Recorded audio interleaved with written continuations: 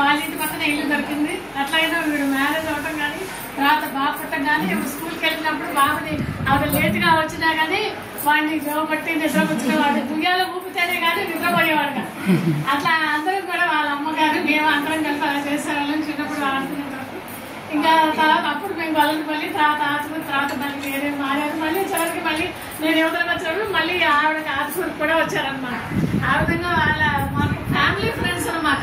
వాళ్ళ అమ్మగారు నాన్నగారితో కదా మా అమ్మగారికి మా నాన్నగారికి వాళ్ళకి అందరికీ కూడా ఉండేవాళ్ళు. చక్కగా మేము అందరం అప్పుడు కలిసిపోయి ఉండేవాళ్ళం అనమాట. చివరికి వేరైతేనే మళ్ళీ నేను ఆతుకూరు నుంచి ఎవరికి వచ్చేసినప్పుడు మళ్ళీ ఆవిడ ఆతుకూరు వచ్చారనమాట. ఎవరు అందరూ కలిసి ఫ్యామిలీ ఫ్రెండ్స్ గా ఉండాలి.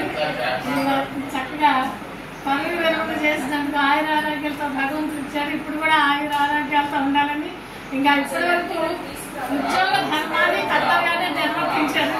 దీని నుంచి దైవ ఛానల్లో ఉండాలని దర్శనం చేసుకోవాలి. పదవి విరమణ తర్వాత ఆవిడ కర్తవ్యం కుమారుడి కళ్యాణం కూడా పూర్తి చేసిన తర్వాత దైవ ఛానల్లో ఉండాలి, భగవంతుడి ఆశీస్సులు పొందాలి అని కోరుకుంటూ మరి ఈ అవకాశం ఇచ్చిన నాగేష్ గారికి అందరికీ తెలియదు. అన్నదాత సుఖీభవ అన్నట్టు ముందు మన అందరికీ పిలిచి ఐక్యపరిచయం చేసి నిన్న సాయంత్రం ఫోన్ చేసి అమ్మ రావాలన్నా తప్పకుండా అన్నమాట. అలా వచ్చి ఈ సదవకాశాన్ని చక్కగా ఆనందాన్ని పొందినటువంటి మరి మన సుభాష్నికి ముందుగా థ్యాంక్స్ చెప్పాలి అన్నమాట. చక్కగా ఈ ఆత్మీయ సమావేశాన్ని మన అందరం కలుసుకొని తర్వాత చాలా రోజుల తర్వాత కనీసం 10 సంవత్సరాలు అయిపోయింది. నేను ఆత్మ నుంచి కూడా వచ్చేసి 10-15 సంవత్సరాలు అయింది. మళ్ళీ ఇప్పుడు అందరం కలుసుకోవడం అయింది. చాలా ఆనందంగా అనిపిస్తుంది అన్నమాట. మరి ఈ అవకాశం ఇచ్చినటువంటి నాగేష్ గారికి అందరికీ కూడా కృతజ్ఞతలు ధన్యవాదాలు తెలుపుతూ మరి వారి భగవంతుడు స్వర్ణలత గారికి వారి కుటుంబానికి ఆయురారోగ్యాలు ఇవ్వాలని భగవంతుని సలహా ప్రార్థిస్తున్నాను. ఈరోజు మన పాఠశాలలో అంటే అప్పటి పాఠశాల ఆత్మూరు పాఠశాలలో మన సహచర ఉపాధ్యాయునికి పనిచేసిన శ్రీమతి జి స్వర్ణలత గారు ఉద్యోగ విరమణ ఆత్మీయ సమావేశానికి విచ్చేసిన గోల్డ్ స్టాఫ్ అందరికీ నమస్కారాలు. అయితే నేను త్యాగపూర్ నుంచి ఆత్మూరు వచ్చాను.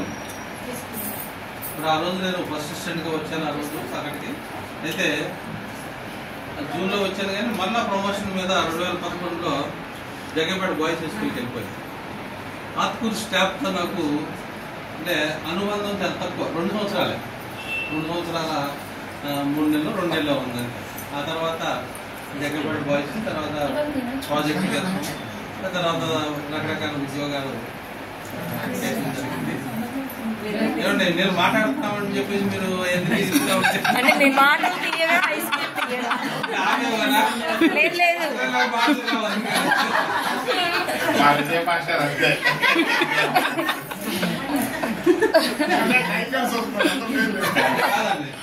మీరు ఇచ్చేయండి తర్వాత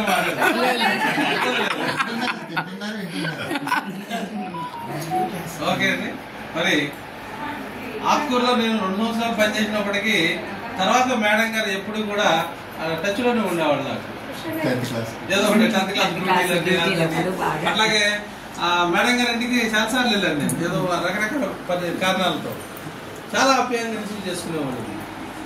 మరి అట్లాగే అక్కడ విజయరామారావు అని ఇంత ముందు హెడ్ మాస్టర్ పనిచేసినప్పుడు కూడా దావాలిగూడ హై స్కూల్కి వెళ్ళినప్పుడు చాలా పెద్ద స్కూల్ అది, దాదాపు 550 మంది సంఖ్య పైన ఉంటుంది.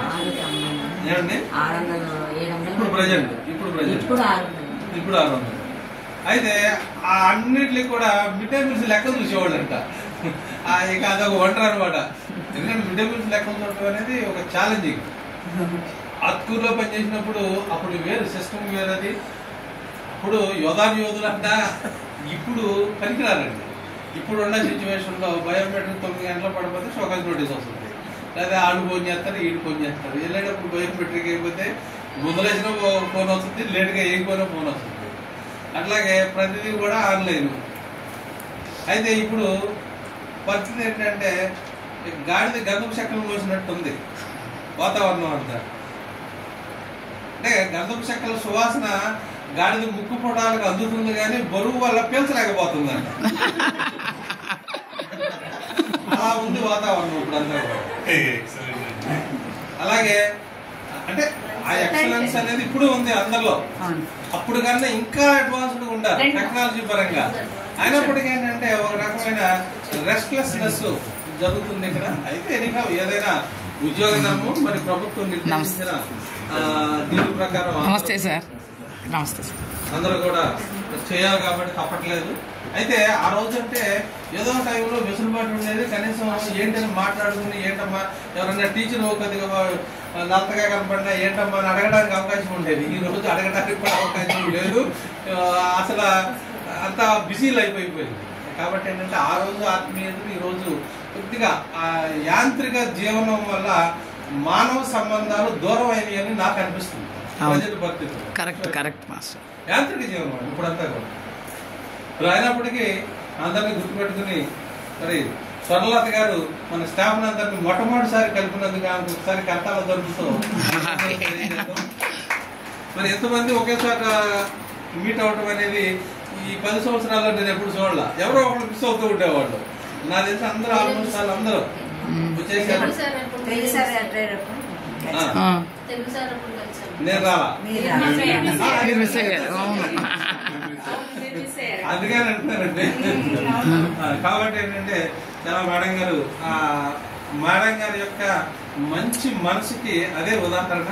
అంటే మాస్టర్ దాన్ని నేను రాకపోయినా నేను చాలా బాధపడ్డాను సార్. కాబట్టి ఏంటంటే నిజంగా ఈ రోజు ఏంటంటే అందరూ రిటైర్డ్ అయిన వాళ్ళు ధన్యులు అనుకునే ఫీలింగ్తో ఉండాలి. అయితే ఏమైనా రిటైర్మెంట్ అనేది కొద్దిగా స్ట్రెస్ గురి చేస్తూ ఉంటుంది, ఒత్తిడి గురి చేస్తుంది. ఆల్రెడీ మన హిందీ మేడం గారు చెప్పినట్టు మీరు మరి తాత్విక చింతనలో ఆల్రెడీ మీరు ఆ దైవాన్ని కొలుసుకుని ఎక్కువగా ఉంటూ ఉన్నట్లయితే కొద్దిగా మానసిక స్వాంతన కొన్ని రోజులకి మళ్ళీ ఎందుకంటే 40 సంవత్సరాలు దాదాపు 30 సంవత్సరాలు సుదీర్ఘమైన ఆ పిల్లలతో అనుబంధం. ఎందుకనంటే పిల్లలు దేవుడు వంటి వాళ్ళు. పిల్లలతో ఉన్నప్పుడు మనలో ఉన్న మానసిక ఒత్తిడి ఆటోమేటిక్గా పోతుంది. ఆ పిల్లలు దూరం అవుతున్నారు ఇప్పుడు. అంటే మనలో ఉన్న ఆ స్ట్రెస్ ని తగ్గించే వస్తువులు లేవు అక్కడ. అందుకని ఎక్కువగా గురవుతారు. స్ట్రెస్ అంటే రిటర్న్ అవగానే వెంటనే చాలా మంది గురయ్యేది అదే సమస్య. కాబట్టి ఏంటంటే మీరు తాత్విక చింతన అట్లాగే మరి మాస్టర్ కూడా ప్రసాద్ గారు కూడా మంచి మిత్రులు మాకు. ఆయన అన్యోన్యంగా మీరు చక్కగా టూరు ఏదైనా మంచి గుడ్లకి ఆటలకి ఇంట్లకి ఒక 2-3 నెలలు తిరిగేసారు అనుకోండి. ఈలోపు బాబు కూడా మ్యారేజ్ ఫిక్స్ అవుతుంది. అంతా కూడా హ్యాపీగా జరుగుతుంది. అలాగే మరి విద్య కావాలా ఇదొక యజ్ఞంలో మీరు కూడా దాదాపుగా చాలా సంవత్సరాలు మీ అనుభవాన్ని పెంచారు. మీ అనుభవం అవసరం. అలాగే నిజంగా మరి ఇందాక చాలా మంది చెప్పారు చాలా మంది రిటైర్డ్ అవుతారు. కానీ పర్టికులర్ గా ఆ రిటైర్డ్ అయిన వాళ్ళ ప్లేస్ ని రిప్లేస్ చేయడం అనేది చాలా కష్టం. అలాంటి వ్యక్తులు చాలా ఏళ్ళ మీద లెక్క పెట్టచ్చు. అందులో స్వర్ణలత గారు ఒక ఆ ప్లేస్ ని ఎవరు రిప్లేస్ చేయలేరు. ఏ పని చెప్పినా నేను చేయను అనదాలు. అలాగే ఇది ఉంది అంటే అదే నాకు సంబంధం లేదు అనరు. ఇది చేద్దామంటారు అంతే. ఎలాగైనా చేసేస్తారు. అంటే దావాజీగూడలో మిడ్ డే మీల్స్ నిర్వహణ చేయడమే ఆమె యొక్క ఛాలెంజింగ్ కి ఉదాహరణ. ఎందుకంటే ఎవరు తీసుకోరండి. రిటైర్మెంట్ ముందు నాకెందుకండి మిడ్ డే మీల్స్ అంటూ ఉండేవాడు. ఎన్నో పడాలి అడ్వాన్స్ అంటే అదే మేడం మీరే బాగా చెప్తారు ఆయన. అంటే లాస్ట్ వర్క్ అదే చేశారా? చేశారా? ఇంకొకసారి